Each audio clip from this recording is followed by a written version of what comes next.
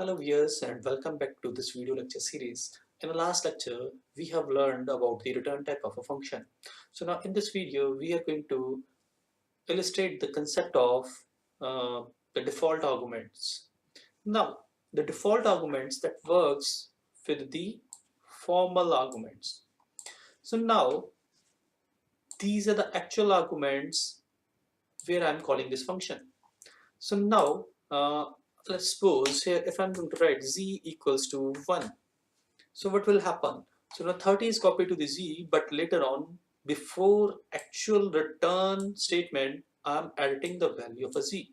So now z here is 1. So now what will happen? I, which is 10, 10, 20, initially z was 30, now here is a 1. It's been 10 and 20, 30, 31. 31 is returned with this function and sum is equal to 31 would be printed on the screen. Now let's compile and run my program and you can see here is a 31. So now what if I'm going to put z equals to 1 over here? What will happen now? Now whatever I have done with this parameter, so this concept is known as the default argument value.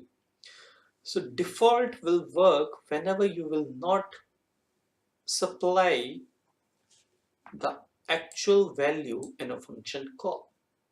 So now, can you guess what is the output of this program? Okay, let's see.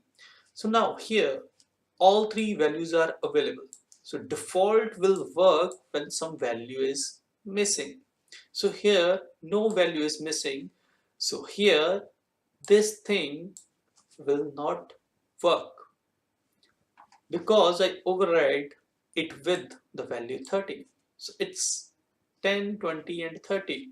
So 60 would be my output. Now let's make this 30 vanish from here. So now if I am taking this as a simple concept without any default argument like this, if I'm going to compile this program, it says that too few arguments to the function, this one.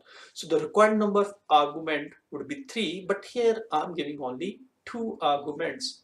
So let's change to the previous scenario.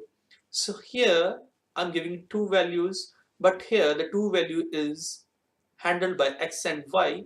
But if user is not going to give me the third value, that would be taken care by the default argument.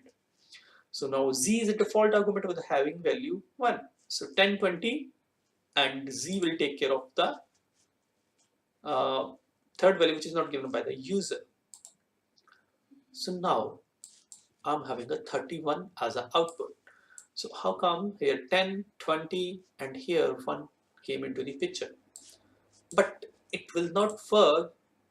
Let's again compare with all three arguments.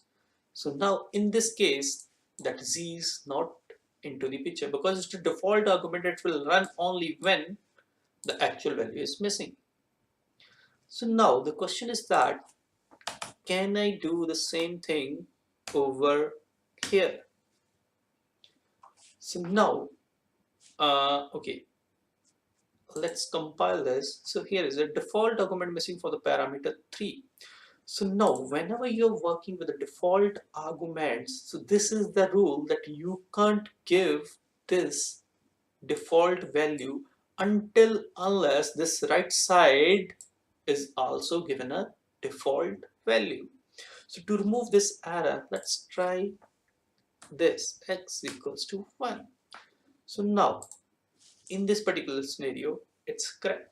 So whenever you're giving or using a default argument, always assign the default argument from the right hand side to the left hand side.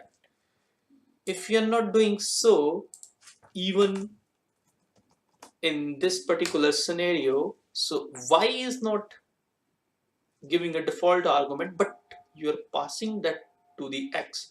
So again, that is wrong. So now I'm giving all default values. I have given all three values, but default will only work when actual values are not there. It's simple. So I'm going to assign from right to left. This will work. This will also work. Let's remove this. This is a very default statement. So if I'm going to give a default value from the right side, what will happen? Again, the error will happen. So this was about the default arguments. So keep tuned to my channel and subscribe for the latest updates and the more videos. And in next lecture, we are going to have a little bit more discussion about the function.